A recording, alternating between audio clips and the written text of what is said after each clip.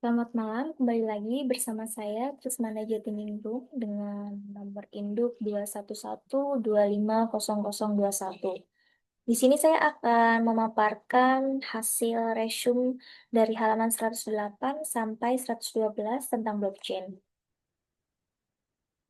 Blockchain terdesentralisasi, tahan terhadap manipulasi, dan juga memungkinkan validasi serta berbagi data secara aman di antara berbagai pemangku kepentingan. Dalam bidang logistik, blockchain ini memfasilitasi pencatatan transaksi, peristiwa, dan pergerakan aset secara transparan dan juga dapat diverifikasi. Aplikasi dalam supply chain yang pertama adalah traceability dan transparency. Di sini aplikasinya adalah dapat digunakan untuk memastikan keaslian asal produk, kemudian pelaporan ESG, serta dokumentasi kepatuhan. Yang kedua adalah smart grids and carbon trading, di mana aplikasinya ini adalah untuk mendukung pengukuran dan verifikasi emisi serta konsumsi energi secara akurat. Yang ketiga adalah decentralized data exchange, yakni untuk meningkatkan kepercayaan dan koordinasi antara produsen, penyedia layanan logistik, dan regulator. Nampak dari jumlah penerapan blockchain yang saat ini pun masih terbatas, kemungkinan masih membutuhkan beberapa tahun lagi sebelum dapat berkembang dan terintegrasi secara menyeluruh di seluruh rantai pasok. Selanjutnya adalah adanya bentuk dari digital passport dan juga crypto stamps. Di sini salah satu contohnya adalah digital passport di mana pada paspor digital akan menampilkan lokasi fisik yang pernah dikunjungi oleh pemilik paspor tersebut yang dipantau dan dicatat menggunakan teknologi Internet of Things atau IoT. Selanjutnya adalah crypto stamps.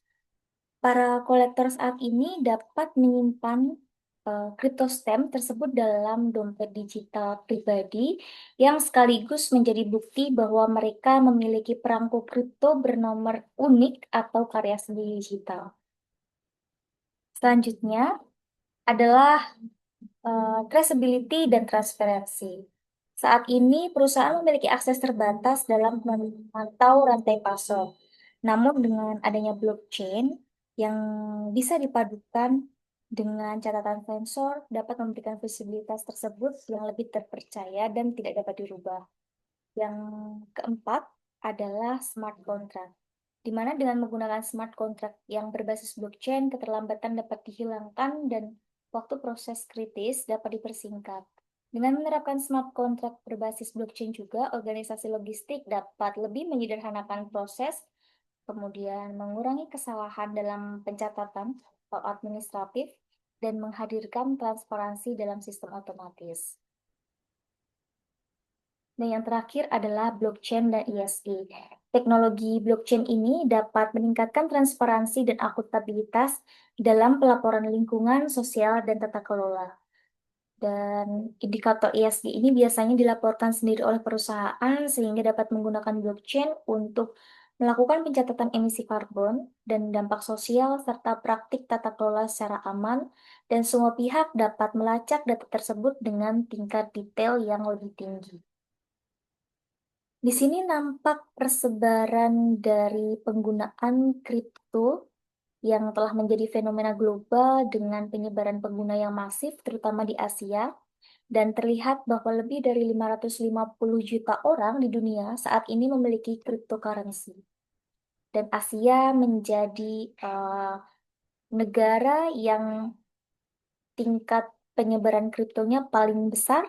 Di sini kita bisa melihat di antara dari beberapa benua yang lainnya.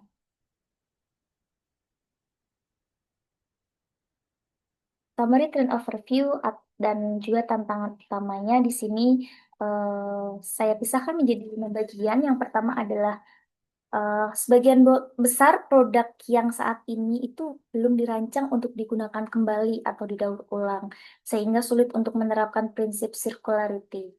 Yang kedua, ambang perubahan perilaku konsumen masih tinggi, sehingga banyak pelanggan yang masih enggan untuk mengubah gaya hidup untuk berpartisipasi dalam sistem circularity. Yang ketiga, visibilitas dan transparansi koordinatif terhadap produk serta komponennya masih sangat terbatas, sehingga sulit untuk mengalihkan limbah menjadi bahan baku dan menutup siklus dalam rantai pasok. Yang keempat adalah perubahan dalam pengaturan rantai pasok, seperti penggunaan kemasan sirkular, bisa sangat kompleks, mahal, dan juga membutuhkan waktu untuk diterapkan. Dan yang terakhir adalah solusi retur yang cerdas, terjangkau, dan praktis belum tersedia secara luas. Sehingga dalam banyak kasus daur ulang jauh lebih mahal dibandingkan dengan penggunaan bahan baku primer tersebut. Outlook-nya di sini seiring diberlakukan regulasi right to repair, perusahaan harus memprioritaskan desain produk yang mudah diperbaiki dan berkelanjutan.